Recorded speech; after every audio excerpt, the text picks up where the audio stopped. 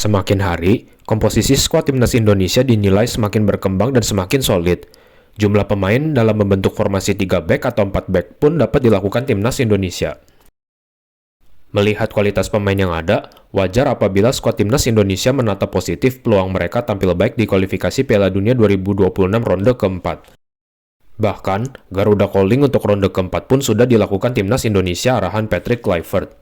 Hanya saja, dari daftar pemain yang dipanggil, ada hal yang menimbulkan kebingungan, penasaran, dan rasa khawatir bagi beberapa penggemar timnas Indonesia. Apalagi, ada beberapa pemain dalam list tersebut yang dinilai belum 100% siap bertanding karena alasan kebugaran. Dengan skuad yang sudah dipilih dan dibentuk untuk ronde keempat, bagaimana peluang pasukan Garuda dalam meraih hasil maksimal kontra Arab Saudi dan Irak? Mr. E akan memberikan opini terkait masalah ini.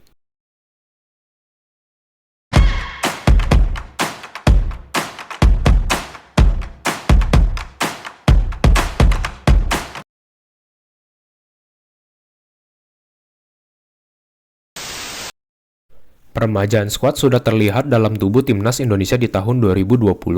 Coach Shin yang kala itu masih melatih mempersiapkan skuad baru yang banyak diisi pemain muda yang dinilai lebih paham menyerap hal-hal baru yang akan diterapkan dalam permainan timnas Garuda. Dari sini saja, banyak talenta muda lokal yang sudah diberi banyak jam terbang dan kelak beberapa diantaranya berhasil menjadi pilar utama timnas Indonesia. Nama Elkan Bagot dinilai menjadi salah satu naturalisasi yang menjanjikan kala itu, dan Mr. A merasa dari sana timnas Indonesia mulai aktif melakukan naturalisasi pemain grade A yang banyak berasal dari Belanda. Setelah 2020, PSSI dan timnas Indonesia seakan sudah mempersiapkan skuad yang lebih matang, terutama dalam menghadapi padatnya agenda timnas yang harus bermain di Piala AFF 2022, kualifikasi Piala Dunia 2026 ronde pertama, bahkan Piala Asia yang sudah lama tidak diikuti oleh Indonesia sejak tahun 2007. Selain banyaknya pemain-pemain naturalisasi yang bergabung, Coach Shin masih tetap menepa dan mengembangkan talenta lokal, sebut saja Yaakob Sayuri dan Marcelino Ferdinand.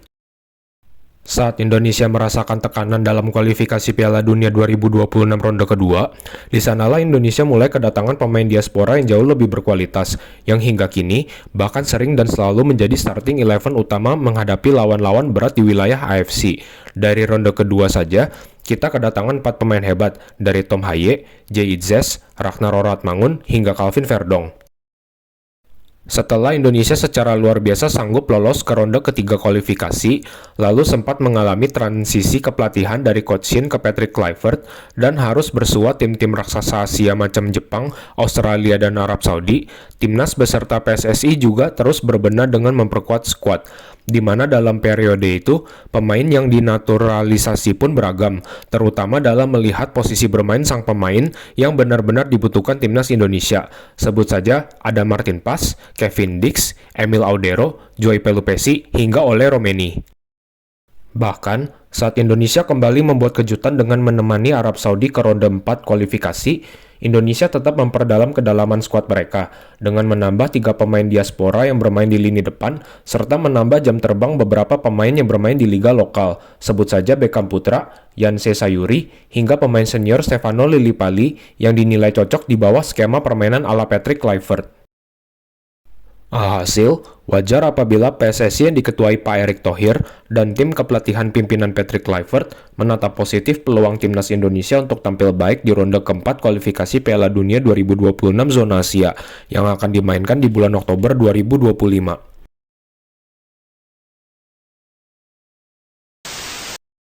Perlu diingat bahwa umumnya dalam satu pertandingan kualifikasi Piala Dunia ada 23 pemain yang biasa dipersiapkan dan didaftarkan oleh masing-masing peserta.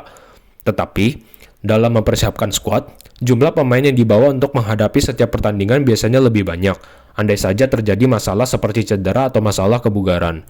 Sebut saja, total 26 pemain yang berlatih dan diharapkan siap untuk bertanding dalam pertandingan krusial tersebut. Sebelum timnas Indonesia melakukan Garuda Calling, Mr. A coba berandai-andai soal skuad proyeksi timnas Indonesia di ronde keempat. Dari sana, Mr. A coba merilis 26 nama pemain, jumlah pemain maksimal yang dipersiapkan suatu timnas saat berlaga di Piala Dunia 2022 yang lalu. Dari list tersebut, total ada 3 penjaga gawang, 4 bek tengah, 7 bek sayap, 5 pemain tengah, dan 7 pemain yang bertipe menyerang. Dari penjaga gawang, sudah pasti Mr. E memilih Martin Paes dan Emil Audero dalam list, di mana satu kiper lebih ahli mendistribusikan bola, sedangkan satu lagi adalah shotstopper yang handal. Sejauh ini, pengalaman mereka di MLS dan Serie A Italia membuat mereka sebagai dua kiper yang sulit ditandingi kiper lainnya di Indonesia. Satu kiper lagi, Mr. E memilih Hernando, lebih kepada menit bermainnya yang paling tinggi sebelum kedatangan Paes dan Emil Audero. Maju ke lini pertahanan, tepatnya bek tengah, sudah pasti trio Hapner, Itzes, dan Rido yang tampil memuaskan sejak kualifikasi ronde kedua ada dalam list ini. Sebagai cadangan, satu bek tengah lagi, lebih Mr. E percayakan kepada Mads Hilgers yang tampil bersama Twente di Liga Belanda. Walaupun sejauh ini belum memetik satupun kemenangan bersama timnas, usia dan pengalaman Hilgers di Liga Top Eropa dipercaya masih berguna bagi timnas Indonesia. Posisi berikutnya adalah bek sayap yang Mr. E yakini juga ahli bermain sebagai pemain sayap.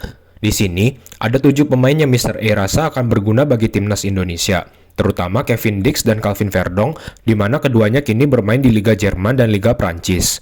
Selain mereka berdua, ada Sandy Walsh yang sejauh ini selalu tampil total bersama Indonesia, Eliano yang dapat bermain di beragam posisi, Jakob Sayuri yang eksplosif di sisi kanan, Dean James yang bermain di Liga Belanda, serta Janse yang tampil konsisten di liga lokal. Entah mengapa, Mr. E lebih yakin pada potensi Janse dibandingkan Patinama, sekalipun Patinama masih kompetitif dengan tampil di Liga Thailand. Hanya saja, posisi wingback kiri sendiri sudah pasti jadi milik Verdong, sehingga pemain lain dirasa lebih untuk melapisi pemain yang kini bermain bersama Lille.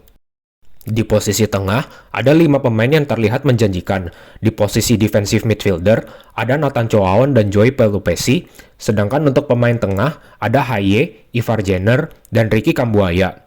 Jenner, tipikal yang siap beradu fisik, Haye lebih pada distributor bola ke lini depan, sedangkan Ricky Kambuaya siap tampil all out, baik defensif maupun membantu lini serang.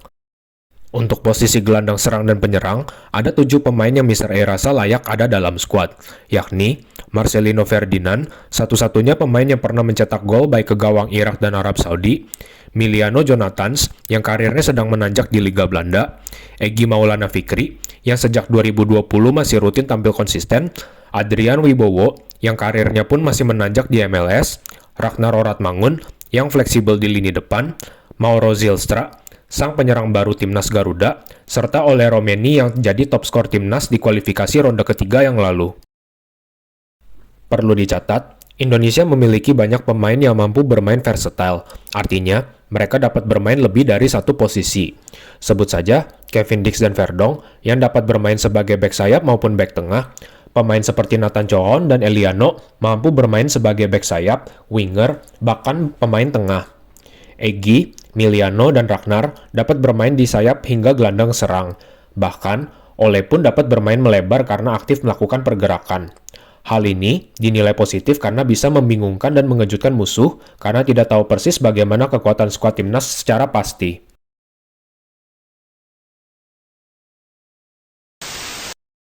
Pada tanggal 24 September, Timnas Indonesia sudah merilis daftar skuad final yang dibawa ke Arab Saudi guna melakoni ronde keempat kualifikasi Piala Dunia 2026.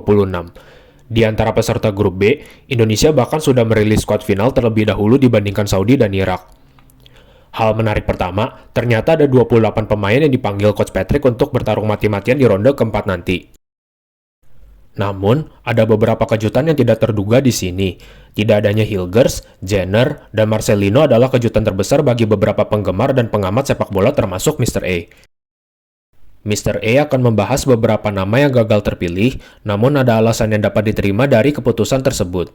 Pertama adalah Mads Hilgers.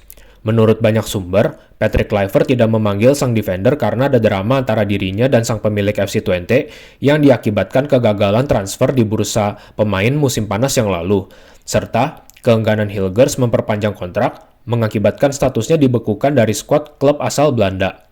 Akibatnya, menit bermain Hilgers turun drastis dan dipercaya akan menurunkan kualitas permainan sang pemain bertahan. Yang kedua adalah Ivar Jenner. Sempat mengalami cedera, sang pemain juga tidak berpartisipasi di 2 laga persiapan melawan Chinese Taipei dan Lebanon. Maka dari itu, banyak pihak mencoba memahami keputusan tim kepelatihan Patrick Kluivert. Lalu, ada beberapa pemain yang sebenarnya memiliki caps yang cukup banyak bersama timnas, seperti Arhan, Asnawi, hingga Rafael Strijk.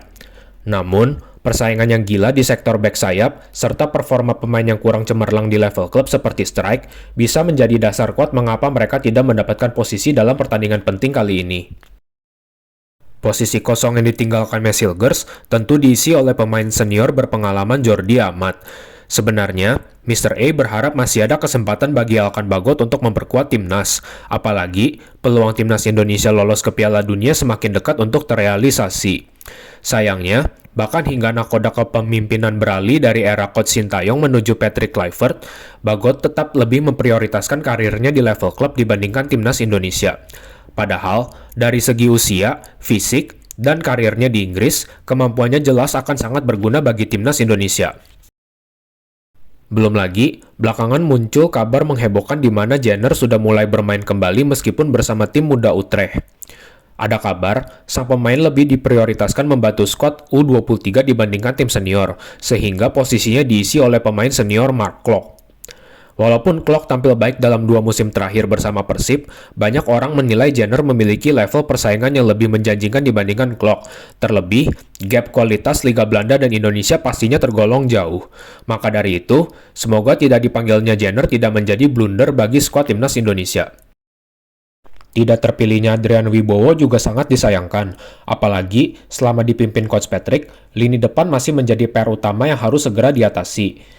Sama seperti Jenner, Adrian Wibowo juga nampaknya dipersiapkan membantu skuad U23 Indonesia. Maka dari itu, tidak adanya Adrian yang sempat bermain melawan Lebanon sangat disayangkan, dan semoga saja nasibnya tidak seburuk Hilgers atau Eliano, yang pada saat masa kepelatihan Coach Sintayong, keduanya tidak bermain serutin yang diharapkan penggemar.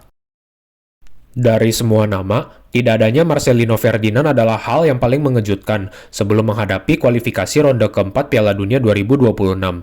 Bukan tanpa sebab, Marcelino adalah salah satu pilihan utama selama ini, bahkan dirinya seringkali menjadi pemecah kebutuhan timnas Indonesia dalam mencetak gol, yang kebetulan terjadi saat mencetak gol baik ke gawang Irak di Piala Asia 2023, serta Arab Saudi di pertandingan kandang kualifikasi Piala Dunia 2026 ronde ketiga. Kabar-kabar yang ada memberitakan permainan egois Marcelino yang kurang kolektif serta sering membuang peluang emas dijadikan alasan kuat mengapa dirinya tidak akan berpartisipasi kali ini. Selain itu, beberapa kabar melaporkan bahwa ada pemain lain yang dinilai dapat bermain lebih kolektif dibandingkan Marcelino sebagai gelandang serang utama timnas Indonesia. Keberadaan 4 pemain inilah yang dinilai menjadi alasan mengapa Patrick Kluivert tidak membutuhkan tenaga Marcelino. Egy yang pernah menggantikan peran Marcelino saat menghadapi China, Ragnar yang mampu bermain total dan menekan lawan dari garis depan, Miliano yang dapat melakukan tusukan berbahaya dari sisi kanan, hingga Beckham Putra yang dinilai bermain lebih kolektif saat menyerang bisa dijadikan alasan absennya Marcelino kali ini. Asalkan Coach Patrick dapat memilih 1 atau 2 gelandang serang utama yang cocok berkolaborasi bersama sang penyerang utama, absennya Marcelino tentu tidak akan diperdebatkan terlalu lama. Justru, posisi kiperlah yang kali ini dinilai rawan dan menjadi tanda tanya besar sebelum pertandingan pertama kontra Arab Saudi.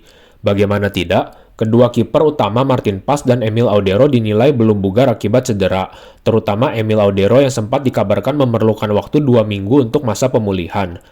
Meski begitu, kondisi Pas yang semakin membaik menjadi harapan. Karena selain kedua kiper ini, kiper seperti Hernando dan Nadeo yang bahkan tidak dipanggil dirasa tidak dapat menahan gempuran serangan dari Saudi maupun Irak. Bahkan, fisik Hernando yang kurang dari 180 cm bisa menjadi kelemahan fatal menghadapi serangan bola atas dari pemain bertubuh besar dan tinggi dari pihak lawan.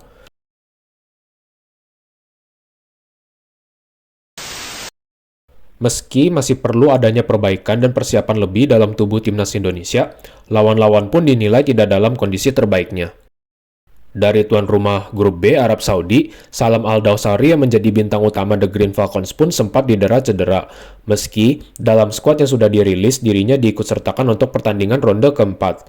Kondisi yang belum sepenuhnya fit bisa menjadi keuntungan bagi timnas Indonesia. Selain itu, tidak adanya Al-Bulaihi, pemain bertahan yang pernah memprovokasi Messi dan Cristiano Ronaldo mungkin bisa menjadi tambahan keuntungan bagi timnas Indonesia, sebab provokasi yang diterima pemain timnas tentu akan berkurang. Sama halnya dengan apa yang sedang dialami skuad timnas Irak yang tidak dalam kondisi ideal, di mana bintang muda Ali Jassim dan striker utama Aiman Hussein sedang mengalami penurunan performa. Sedangkan penyerang Muhammad Ali baru saja dikritik habis akibat kartu merah brutalnya saat menendang pemain Thailand di laga internasional September yang lalu. Apalagi, persiapan Irak yang hanya melakukan pertandingan melawan Thailand dan Makau banyak dipertanyakan media-media dalam negeri, mengingat level Thailand dan Makau kurang cukup untuk mempersiapkan diri menghadapi kualifikasi Piala Dunia ronde keempat yang begitu berat. Meski ada banyak keraguan terhadap skuad Indonesia yang akan bertanding di kualifikasi ronde keempat, secara kualitas, komposisi, dan kedalaman, skuad timnas Indonesia sudah dikatakan memuaskan. Sekarang, apa yang wajib dilakukan Patrick Kluivert, asisten pelatih dan para pemain adalah berlatih sebaik-baiknya, serta menentukan formasi dan strategi terbaik dan bijak saat menghadapi Arab Saudi dan Irak. Lalu, tetap waspada dengan beragam kemungkinan strategi dan formasi yang digunakan oleh lawan. Selebihnya, tim kepelatihan wajib menyusun menu latihan dan aktivitas yang tepat bagi skuad Indonesia selama berada di Arab Saudi. Apalagi, negara tersebut memiliki iklim dan suhu yang ekstrim, sehingga dapat memengaruhi kualitas kebugaran dan tenaga para pemain, bahkan sebelum pertandingan dimulai. Berkurangnya jumlah penonton akibat pertandingan tandang juga menjadi faktor krusial. Namun begitu, penggemar timnas tetap akan memberikan semangat, dukungan, dan doa supaya timnas Indonesia dapat meraih hasil maksimal. Mr. A pun mengucapkan selamat bertanding bagi timnas Indonesia. Sekian untuk video yang satu ini, kita berjumpa lagi di video komentar lainnya yang akan datang.